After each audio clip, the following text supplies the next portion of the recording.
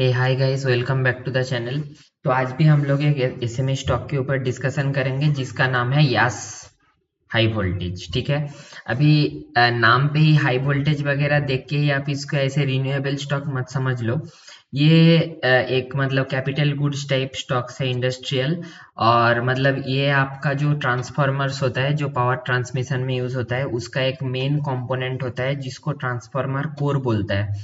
तो उसका बुशिंग बनाता है ये लोग, जो कि अभी एक चीज आपको समझना जरूरी है कि वर्ल्ड में अभी जैसे जैसे रिन्यूएबल में शिफ्ट होगा, ये उस रिन्यूएबल को सही से स्टोरेज और ट्रांसमिशन के लिए बहुत सारा मतलब एक्स्ट्रा ट्रांसमिशन इंफ्रास्ट्रक्चर का जरूरत है। तो जैसे जैसे ये ट्रांसमिशन इंफ्रास्ट्रक्चर डिप्लॉय होता रहेगा, वैसे वैसे इसका प्रोडक्ट का भी दाम मतलब डिमांड बढ़ेगा।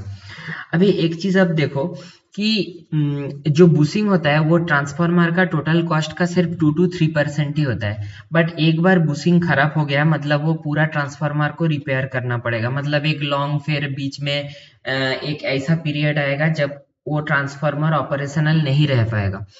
तो ये बहुत ही इम्पोर्टेंट होता है कि जो बूसिंग है उसका मतलब लाइफ साइकिल बहुत लंबा हो और उसको मतलब हम लोग रिलायबली यूज कर पाए। तो ये जो यस हाई वोल्टेज है, इसका प्रोडक्ट मैं अगर आपको बताऊं तो जितना भी बड़े बड़े ट्रांसफार्मर मैन्युफैक्चरर्स है इंडिया में, सबको ये सेल करता है।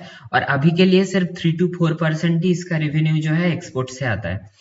अभी एक और डायनामिक्स अगर मैं आपको बताऊं, पूरा वर्ल्ड में लगभग लगभग लाइक 250 के आसपास ट्रांसफार्मर मैन्युफैक्चरर है। बट सिर्फ 12 to 13 ही ऐसा प्लेयर है जो वो उसका बुशिंग बनाता है। ठीक है। तो उसी के लिए ये कंपनी एक बहुत ही यूनिक कंपनी है।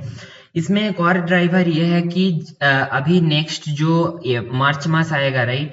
मार्च में इसके साथ जो इसका एक टेक्नोलॉजी पार्टनर था, एक स्विस कंपनी, उसका एग्रीमेंट खत्म हो रहा है। ठीक है। तो जैसे ही वो खत्म हो जाएगा, इसके पास एक्सपोर्ट करने का भी जो मतलब रेगुलेटरी अप्रूवल्स चाहिए वो मिल जाएगा। मतलब अभी उसके साथ टाई अप पे है, इसीलिए ये यूरोप वगैरह पे सेल नहीं कर पाता था। तो वहां से एक नया मार्केट आएगा। अच्छा, अभी नेक्स्ट आता है कि इसका गाइडेंस कैसा है। ये बोल रहा है कि हम लोग 35 to 40% इजीली ग्रो कर सकते हैं अभी नेक्स्ट 3 to 5 years। ठीक है। और ये लोग बोल रहा है कि हम लोग इजीली 8 से 10 साल में 8 to 10x ग्रो कर सकते हैं। ठीक है। तो all in all growth outlook is good. अभी कमिंग टू कि इतना ग्रोथ करने के लिए मेरे पास तो कैपेसिटी भी होना चाहिए, राइट। तो मुझे उस टाइप का कंपनीज ऑलवेज अच्छा लगता है जो हमेशा ऑप्टिमम यूटिलाइजेशन पे चलता है। मतलब कि उनके पास demand is always too high to cater to. ठीक है। मेरे पास उतना कैपेसिटी ही नहीं है कि मैं पूरा डिमांड को कैटर कर सकूं। तो ये लोग जो है सिर्फ पैसा ही ऑर्डर लेता है जो मतलब मार्जिन एक्रेटिव हो इनके लिए, वो भी एक पॉजिटिव है। अभी मैं अगर कैपेक्स के बारे में बताऊं तो ये लोग लगभग लगभग 45 करोड़ के आसपास कैपेक्स किया था। ठीक है। और उनमें से जो है 11 करोड़ शायद ऑलरेडी हो चुका है। ये नंबर्स आप थोड़ा देख लेना, मुझे एग्जैक्ट याद नहीं है। बट अभी इनका जो नया फैसिलिटी आ रहा है ना, उससे टोटल इनका क्यूमुलेटिव रेवेन्यू जो है वो 600 से 700 करोड़ तक पॉसिबल है। और ये लोग क्या बोल रहे हैं कि हम लोग 2.5 से 3 साल के अंदर, मतलब 2.5 से 3 साल के अंदर, मेरा वो जो नया फैसिलिटी आ रहा है, शायद ये मार्च अप्रैल में आ जाएगा 2026 का, तो उसमें ऑप्टिमम यूटिलाइजेशन हम लोग अचीव कर लेंगे। ठीक है। मतलब अगर आप वो भी देखो तो मतलब 40% CAGR तो इजीली ये लोग अचीव कर सकते हैं। तो यही है। ये जो H1 गया अभी, वो भी उसमें भी नंबर मतलब वन ऑफ ए काइंड है। 77% सेल्स ग्रोथ है, 110% प्रॉफिट ग्रोथ है, मतलब 2 गुना से भी ज्यादा हो गया प्रॉफिट। बट ये नंबर को आप नॉर्मलाइज नहीं ले सकते। मैंने जो गाइडेंस बताया 35 to 40%, उसको आप ले सकते हो। और इनका मैनेजमेंट का कमेंट्री भी अगर आप सुनोगे ना, मतलब कॉन्फ्रेंस कॉल में, तो वो बहुत बुलिश साउंड करते हैं।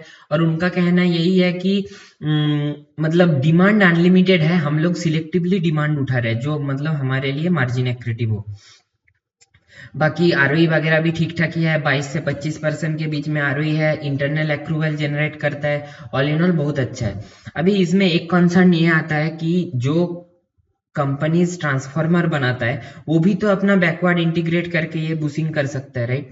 तो उसका भी मैनेजमेंट ने सही से एड्रेस किया कि हाँ वो ऑब्वियसली एक रिस्क है, बट क्योंकि ये बुशिंग से 2-3% ऑफ द ट्रांसफॉर्मर है, तो ये सेक्टर उनके लिए उतना मायने नहीं रखता है। मतलब ये बैकवर्ड इंटीग्रेशन करने के लिए जो एक्स्ट्रा उनको टेक्निकल एक्सपर्टीज एक्वायर करना है या फिर जो भी मशीनरी लगाना है, वो उनके एग्जिस्टिंग रेवेन्यू का बहुत ही छोटा सा हिस्सा होगा। इसीलिए मतलब ये ट्रांसफॉर्मर सेक्टर उतना उस पर इम्पैक्ट नहीं आएगा। और फाइनली मैं अगर बताऊं, मतलब इनको ये भी लोग पूछा कि ये मतलब ओवर कैपेसिटी, क्योंकि आप देखोगे कि सारे ट्रांसफार्मर कंपनीज जो है वो ज्यादा कैपेक्स अनाउंस किया, वो बोल रहे हैं कि अपना कैपेसिटी डबल कर देंगे, ये कर देंगे, वो कर देंगे। तो ये लोग बोल रहे हैं कि हमारे लिए ऐसा कोई कंसर्न नहीं है, क्योंकि ये एक बहुत ही नीश स्पेस है, और जैसे जैसे इनका वो कैपेसिटी भी आएगा और इसके साथ जो यूरोपियन कंपनी का टाई अप था वो भी एंड होगा, तो एक ही साथ में बहुत ही अच्छे से मैनेज किया गया है, टाइमलाइन है। और मेरे हिसाब से नेक्स्ट 2 to 3 years में इसका जो ये ग्रोथ रेट है 40% प्लस रह सकता है। बाकी तो आपको ये अच्छे से ट्रैक करना है, मतलब हर एक क्वार्टर्स में कैसे रिजल्ट आ रहे हैं। Thank you.